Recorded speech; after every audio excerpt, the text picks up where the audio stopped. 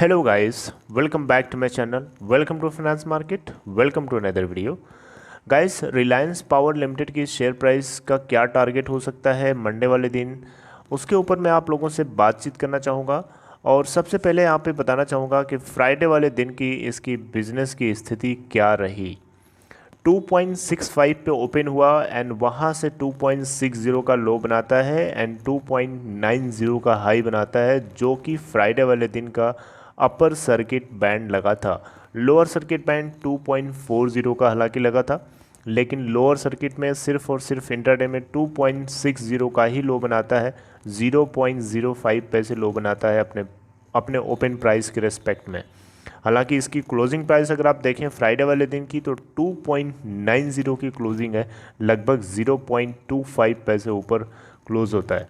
Total जो corresponding Friday वाले दिन वॉल्यूम ट्रेड होता है वो 2,21,19,902 यानी 22.1 मिलियन, इतनी क्वांटिटीज ट्रेड होती हैं। लास्ट मोमेंट में काफ़ी ज़्यादा लोगों को एग्रेशन आ गया था, काफ़ी ज़्यादा लास्ट मोमेंट में इसमें जंप हम लोगों को देखने को मिली थी। आपको ग्राफ से दिखा देता हूँ, आप देखिए यहाँ पे।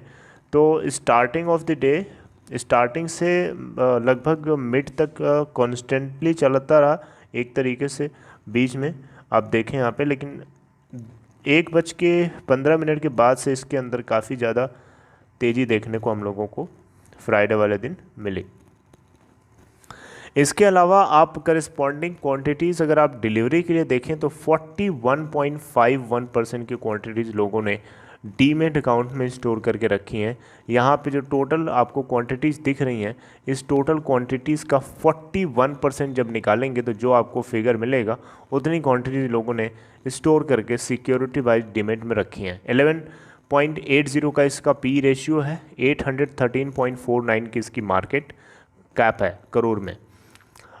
इसके अलावा बीएससी के ऊपर अगर आप वॉल्यूम देखना चाहें तो बीएससी के ऊपर कुछ वॉल्यूम कम ट्रेड नहीं हुए हैं। यहाँ पे भी आप देखें तो 5.7 मिलियन यानी 57,93,579, 2.89 की यहाँ पे क्लोजिंग है। हालांकि यहाँ पे अपर सर्किट 2.90 का लगा था। अब मंडे वाले दिन की क्या सिचुएशन हो सकती है, आपको क्या देखते हैं आप, कैसे लगता है आपको? आइए मैं अपनी बात बताता हूँ। सबसे पहले आप लोगों के सामने यहाँ पे इसके टेक्निकल्स की बात करना चाहूँगा। क्या रेजिस्टेंस है और सपोर्ट है, उसके अकॉर्डिंग हम लोग डिस्कस करते हैं, बातचीत करते हैं। अगर हम लोग बात करें सबसे पहले रेजिस्टेंस की, तो रेजिस्टेंस लेवल इसको पहले फेस करना पड़ेगा। अगर ये ऊपर जाता है एनएससी पे तो 3.00 का इसका पहला रेजिस्टेंस है।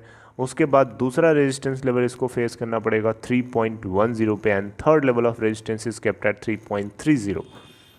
हालांकि अगर ये नीचे गिरता है उस केस में सपोर्ट लेवल भी इसको मिलेगा। 2.70 का इसका पहला सपोर्ट है एंड देन 2.50 का दूसरा सपोर्ट, और उससे भी नीचे अगर आएगा तो 2.40 का तीसरा सपोर्ट है। और आप फ्राइडे वाले दिन की सिचुएशन में देखें तो एनएससी के ऊपर लोअर सर्किट लगा था 2.40 का। ओके, तो अगर हम लोग मंडे वाले दिन की बात करें तो आप एक तरीके से देखें तो यहाँ पे अपर सर्किट के ऊपर क्लोज हुआ है फ्राइडे वाले दिन। तो मंडे वाले दिन की जो ओपन प्राइस जो होनी चाहिए वो 2.85 से लेकर 2.90 ही हो सकती है। गैप अप ओपनिंग तो चांसेस कम है, बहुत ज़्यादा हो सकता है तो 2.90 की ही ओपन प्राइस हो सकती है। 9.43% तकरीबन ऊपर ओपन हो सकता है अपने प्रीवियस क्लोजिंग प्राइस के रिस्पेक्ट में, यानी 2.65 के। और उसके अलावा अगर हम लोग बात करें कि ये क्या मतलब हाई बना सकता है, कहाँ तक जा सकता है, तो अब देखिए अगर ये 2.90 पे ओपन होता है तो उसके करस्पॉन्डिंग इसका जो अपर सर्किट बैंड होना चाहिए 2.90 में 0.25 आप प्लस कर सकते हैं, तो 3.15 का इसका अपर सर्किट बैंड होना चाहिए। और लोअर सर्किट बैंड अगर आप देखें तो 2.65 का होना चाहिए, राइट। अब ये मैक्सिमम अगर 2.90 पे ओपन होता है तो मैक्सिमम बना सकता है 3.15 का। बाकी अगर 2.85 पे ओपन होता है तो 2.85 पे ओपन होने के बाद ये मैक्सिमम बना सकता है 3.10 का, राइट। और उसके करस्पॉन्डिंग अगर लोअर सर्किट में देखें तो 2.85 की ओपनिंग के बाद अगर ये लो बनाता है उस केस में 2.60 का लो बना सकता है मिनिमम।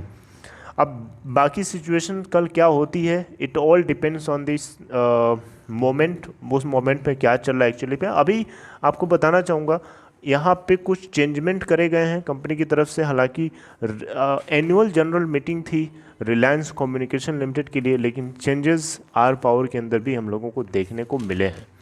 तो आपको बताना चाहूँगा यहाँ पे रिलायंस पावर ने इंडिपेंडेंट डायरेक्टर के तौर पे 3 नाम मैं आपसे बताने जा रहा हूँ। उन 3 नाम, जैसे कि पहले नाम पे फर्स्ट जो नेम है श्री बिमल जुल्का, ठीक है। इसके बाद श्री विजय कुमार शर्मा, और तीसरा जो नेम है श्रीमती छाया विरानी। ये 3 लोग हैं जिन लोगों को इंडिपेंडेंट डायरेक्टर के तौर पे आर पावर ने चूज़ किया है, और ये माना जा रहा है कि काफ़ी लोग एक्सपीरियंस्ड हैं, काफ़ी जानकार हैं, और आपको पता है कि किसी भी बिज़नेस को चलाने के लिए एक्सपीरियंस्ड लोगों की ज़रूरत बहुत ज़्यादा होती है।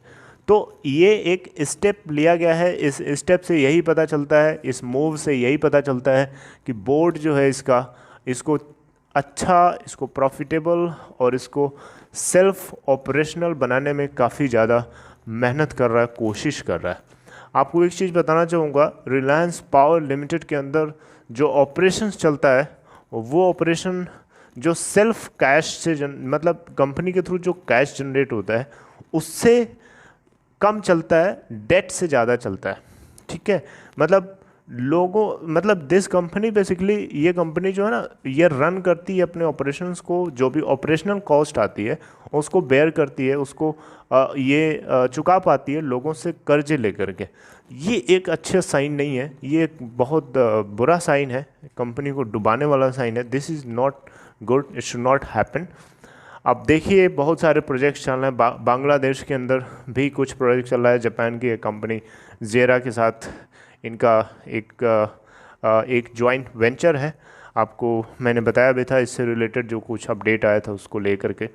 तो 49:51 का रेशियो है इन लोगों के बीच में, और 2022 तक उसका जो प्रोजेक्ट है वो वहाँ पे काफ़ी ज़्यादा ऑपरेशनल हो सकता है लार्ज स्केल पे। तो लेट्स सी कि क्या होता है यहाँ पे। इसमें आपको क्या लगता है इसकी जो टारगेट प्राइस, आप भी अपने टारगेट प्राइस को कमेंट सेक्शन में शेयर कर सकते हैं। So this is all about this video guys, I hope you liked it. If you liked it please give thumbs up. If you want to open demat account और trading account, check description box, there is a link. You can click on the link to open account in Demat account in Upstock.